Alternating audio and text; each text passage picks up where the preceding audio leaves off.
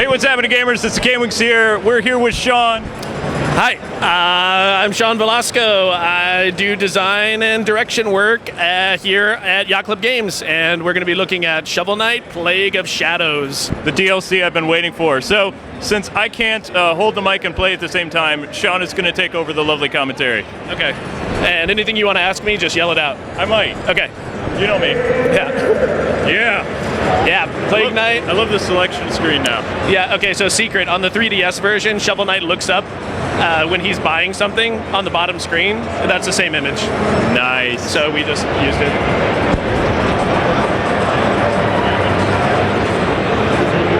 I forgot the voice I used for Plague Knight. We voiced all the characters. I don't know why, but we just... That's because I think a lot of people voice all the characters just because it's a fun, goofy thing to do. How do you think Shovel Knight sounds? Shovel Knight, he was just kind of like gruff, you know? Yeah. And then that one, it was either how do I... He sounded knightly. You gotta... Did you listen to those Plague minions? They said that's why you have to hold square to charge. Oh, charge? I'm already failing. Why? I'm already failing. It's all right. Sean. Things are a little bit different with Plague Knight. Yes, they So, are. yeah, I mean, basically, Plague of Shadows is like a complete conversion of Shovel Knight. While the levels are mostly the same, it's like 95% the same as far as levels go, but the character mobility, totally different. I mean, you can see up at the HUD, it's a little bit different because instead of having relics, you have this whole other new crafting system that we've implemented. So you'll be able to, you can see you're like picking different things up and they're filling up in your inventory.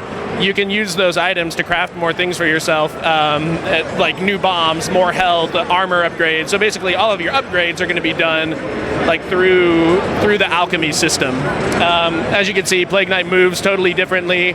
He can do a double jump and he can also do a bomb jump. He has this weird ability to kind of like, he walks slowly, but he just like can explode around the entire screen easily. And He has an explosive personality. Exactly. These green coins are kind of just here right now to be a goal for the demo, but in the future game they'll be able. Oh no, they'll unlock new, like brand new recipes and things for you. I tried. You did your best. I had to show it. You talked about it. I was like, John said it. Got to do it. These green coins. I mean, you know, if you could get them. Oh, he has a double jump already. Yeah, he has a double jump, and you can bomb jump. You can even jump after the bomb jump, so you could like jump, bomb jump, jump. Yeah, there's a lot of subtlety to playing as Plague Knight, but once you start to get the hang of it, you can just jet around these levels in ways that Shovel Knight never could. Well, I've never been a speedrunner, so jetting isn't really my thing. Well, then you can use your double jump, and you should be able to do okay. There we go. Careful. Yeah. I already got the green coins, even though I died trying, so. Making you nervous. A little bit, yeah. Okay, so let's see, what else? The story for this game is going to be totally different than the Shovel Knight story. So in this version, Plague Knight is going to be, he's attempting to concoct this ultimate potion, but to do it, he needs ingredients, and of course, like the Order of No Quarter has all of the essences that he needs. So he has to fight them. So he has to fight them, Nice. exactly. As you can see from our promotional stuff, Mona, who's the green-skinned lady that runs the potion mini game in the original Shovel Knight, has like a much bigger role in this game, and she's gonna be like a partner to Plague Knight, you know, like help him with his alchemy and everything, and you know, maybe we'll see. Maybe there's like somewhat of a love story that happens for this whole thing also, but I don't want to talk too much about exactly how that rolls out. Taunting me with those green coins, man. Taunting me. They're 25 total. I mean, I really liked placing these permanent collectibles here was really interesting, like as a designer, just because Plague Knight moves so differently. You want to put those coins, so you have to use his bomb jumps to go and get them. Yeah. And so they're all just like in these like locations that are just like hand-picked. Because you're evil. Yeah. There we go. Well done. At least you admit it. I mean, I know that. Oh, Shovel Knight was one of the most fun games we played in 2014. That makes me so happy So for many you to games. say that. Yes, the Kwings endorsed it. Thank you. We tried to get as many of our viewers, you guys watching this, to play this game because you were sorely missing out. 8-bit still rocks! Yeah, well, and I love how we can do something like this that's like, it's not exactly a new game, you know, Yeah. but it's like, it's a tweaked version of the game that like we already put out. There's a lot of interesting things that you get out of it when you turn it on its head a little bit, right? Original Shovel Knight, it's like everything was all kind of put together. It was done, it was in the can, and then when we started working on the Plague Knight update for Plague of Shadows, we had to rethink everything that we did, right? Like the checkpoint system all of a sudden didn't make sense anymore. Like there were things in the levels that it's like, oh, how are we gonna deal with this new character? You can see that in a lot of areas, in addition to these coins placed, the collision is a little bit different. Yeah. You know, and so I'd expect to see that like in all the stages where the collision is a little bit different. Maybe there's like coins hidden in places. Maybe the path that you need to take is like slightly different than the one that you took before. And so it's gonna be like a fresh experience, but still it is. very rooted, you know, in the original. I'm just trying to get through as much as the level as possible. Oh, you'll be able to get through it. No! Then I talked to you and I messed up. Sorry. It's alright. You're taking Amber's role. So I see that you do a bunch of live streaming now on Twitch too. Well, I mean, we haven't been doing nearly as much live streaming as we were before. During our Kickstarter, we did like a lot. We've been doing design hangouts occasionally where we'll talk about game design, and it actually affects what happens with the game. I'd love to do more streams, you know. It's so much fun just to go and play some games and talk about it and, you know, talk with people.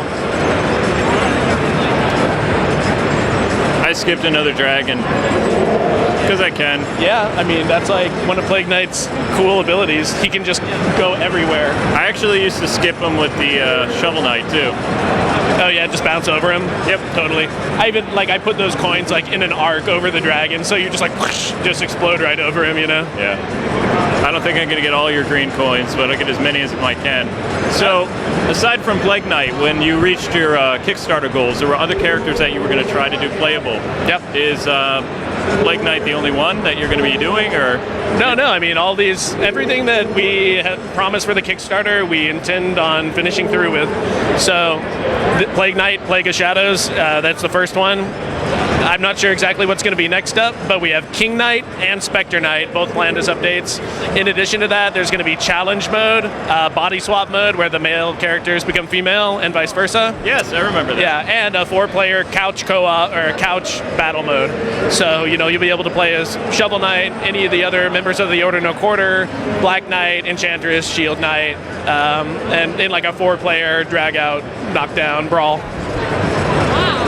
Yeah, it's a lot of stuff. We're probably going to be working on it until the end of this year, you know, and then finally we'll be able to put Shovel Knight in the can and say it's done. Until Shovel Knight 2. Yeah, until Shovel Knight 64. Oh yes! Wait, you'd skip the 16-bit era? Why? Because 16-bit sprites are an order of magnitude more work than 8-bit sprites, but they don't give you any benefit gameplay-wise. So unless we had a really good reason, or if we had like a really cool idea, right? I mean, like some of those games are so cool, but yeah, I just don't know. Maybe, you know. I like the Shovel Knight 64 idea. Yeah. There we go. Still got it. Well done. That probably happens a lot at this booth, right? What, beating this guy? Yeah. Yeah, I mean, the Black Knight just takes a beating over and over again whenever we bring out the... I love the twirling. Yeah. I'm surprised some of our viewers are rooting for that Black Knight that Yeah. have the girl in the end. Like they didn't want Shovel Knight to have the girl, they wanted the Black Knight to have him. They want it. Well, you know what? I totally understand that. I mean, that's I spend a lot of time rooting for the villain. You know, I think that's why Plague of Shadows has been so much fun to work on. It's like it feels good to be bad. You know. Yeah. So when can we expect the DLC to release? I mean, right now we have it announced for Q2 this year, so like the first half of the year. But it says coming soon because we're always late on everything, so we don't want to get anybody's hopes up too much. But as soon as we know, then we'll knock down that release date and announce it officially. Is the Plague of Shadows a parody of something? No, not at all. Really? Why? Does it seem like a parody? I could tell you after we're done recording, but I can't really think right now. But anyway, Okay. guys and gals, that's going to conclude our look at Shovel Knight, Plague of Shadows. Thanks so much for watching, and stay tuned to when the DLC comes out. Bye.